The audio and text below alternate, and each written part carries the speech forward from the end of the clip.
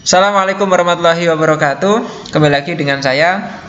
Pada kesempatan kali ini Pak Arif akan menyampaikan pembelajaran PPKN untuk kelas 11 bab yang ketiga, yaitu kasus-kasus pelanggaran hak asasi manusia dalam perspektif Pancasila.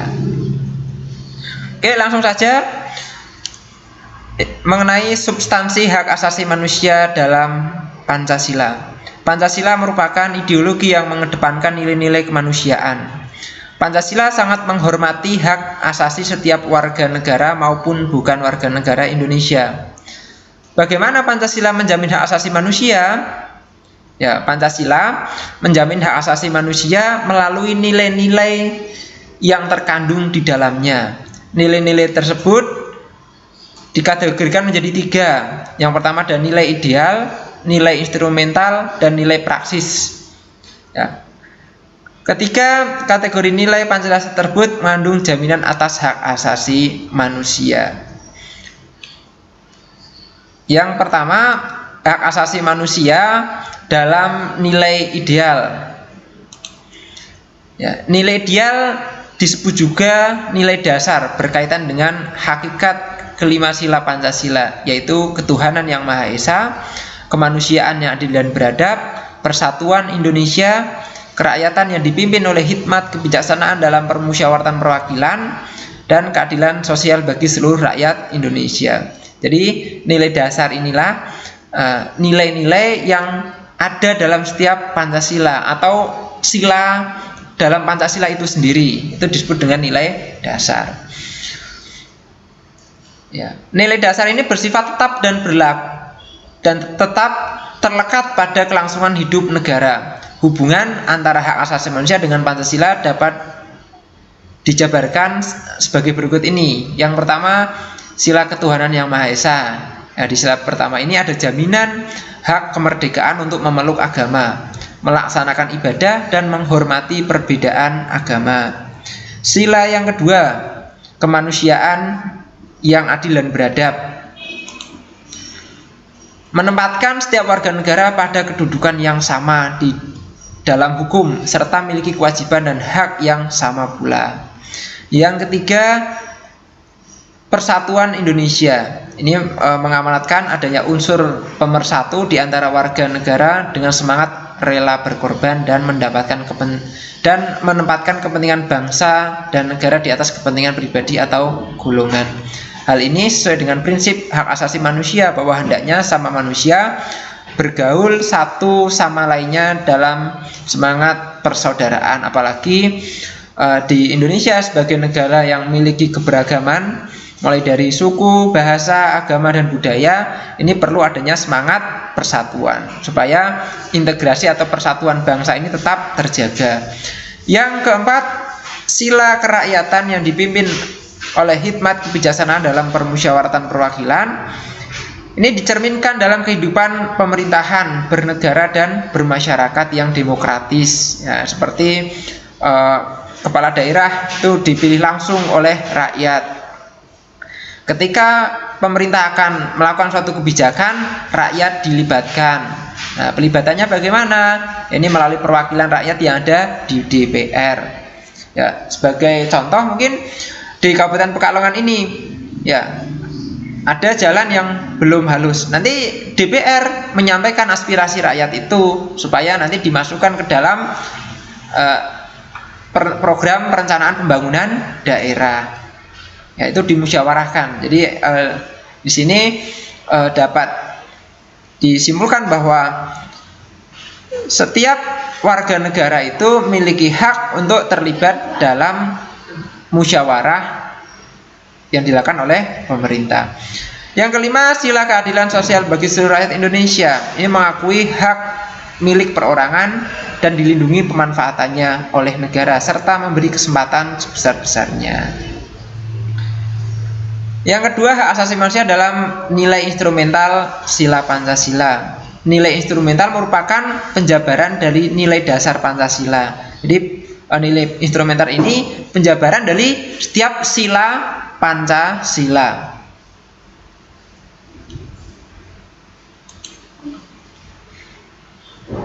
Ya, langsung saja sila yang pertama, ya,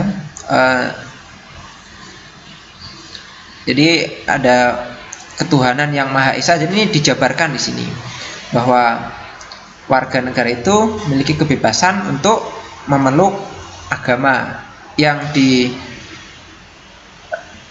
diberikan rekomendasi oleh pemerintah. Di Indonesia ada 6 agama yang direkomendasikan oleh pemerintah. Ya, tadi kita lanjutkan lagi ya. Tadi mengenai nilai praksis ya. Jadi nilai praksis itu merupakan realisasi nilai-nilai instrumental yang terdapat dalam Pancasila. Jadi nilai praksis itu adalah pelaksanaannya dalam kehidupan sehari-hari. Ya, kalau nilai dasar itu adalah nilai-nilai dalam setiap sila Pancasila, nilai instrumental itu penjabaran dari setiap sila, nilai praksis itu nilai dalam Pancasila yang diejawantahkan atau diimplementasikan dalam kehidupan sehari-hari. Selanjutnya tentang kasus pelanggaran hak asasi manusia di Indonesia. Ini secara yuridis dalam pasal 1 angka 6 Undang-Undang Dasar Negara Republik Indonesia, pasal 1 angka 6 Undang-Undang Republik Indonesia nomor 39 tahun 1999 tentang hak asasi manusia. Ini landasan hukum tentang HAM di Indonesia. Menyatakan bahwa pelanggaran hak asasi manusia adalah setiap perbuatan seseorang atau kelompok orang, termasuk aparat negara, baik disengaja maupun tidak disengaja, atau kelalaian yang secara hukum mengurangi, menghalangi, membatasi dan atau mencabut hak asasi manusia seseorang atau kelompok orang yang dijamin oleh undang-undang, dan tidak mendapatkan atau dikhawatirkan tidak akan memperoleh penyelesaian hukum yang adil dan benar berdasarkan mekanisme hukum yang berlaku. Nah, itu pengertian pelanggaran hak asasi manusia menurut Undang-Undang nomor 39 tahun 1999 pada pasal 1 angka 6. Adapun contoh-contoh kasus pelanggaran HAM, nah ini banyak sekali di Indonesia. Terus kategorinya juga bermacam-macam. Nah, ini menurut Undang-Undang nomor 26 tahun 2002 tentang pengadilan HAM, ini kasus pelanggaran HAM dapat dikategorikan menjadi 2, yaitu kejahatan genosida. Yaitu setiap perbuatan yang dilakukan dengan maksud untuk menghancurkan atau memusnahkan seluruh atau sebagian kelompok bangsa, ras, kelompok etnis, kelompok agama dengan cara membunuh anggota kelompok, mengakibatkan penderitaan fisik dan mental yang berat terhadap anggota-anggota kelompok. Nah, ini contohnya terjadi di negara Myanmar, di mana pemerintah Myanmar ini ya dengan kekuatannya, nah ini menyerang warga Rohingya dan menganggap warga Rohingya itu bukan bagian dari warga Myanmar. Nah, itu contoh kejahatan genosida. Yang selanjutnya adalah kejahatan terhadap kemanusiaan, yaitu salah satu perbuatan yang dilakukan sebagai bagian dari serangan yang meluas atau sistematik yang diketahuinya, bahwa serangan tersebut ditujukan secara langsung terhadap penduduk sipil berupa pembunuhan, pemusuhan, perbudakan, pengusiran atau pemindahan penduduk secara paksa, perampasan kemerdekaan atau perampasan kebebasan fisik. Ya, itu contoh-contoh tentang kejahatan kemanusiaan.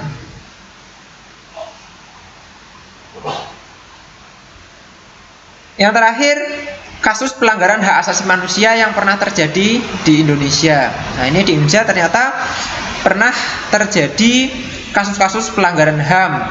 Ya, yang pertama contohnya pembunuhan massal terhadap 40.000 rakyat Sulawesi Selatan oleh tentara Belanda. yang dipimpin oleh Kapten Westerling pada tanggal 12 Desember tahun 1946.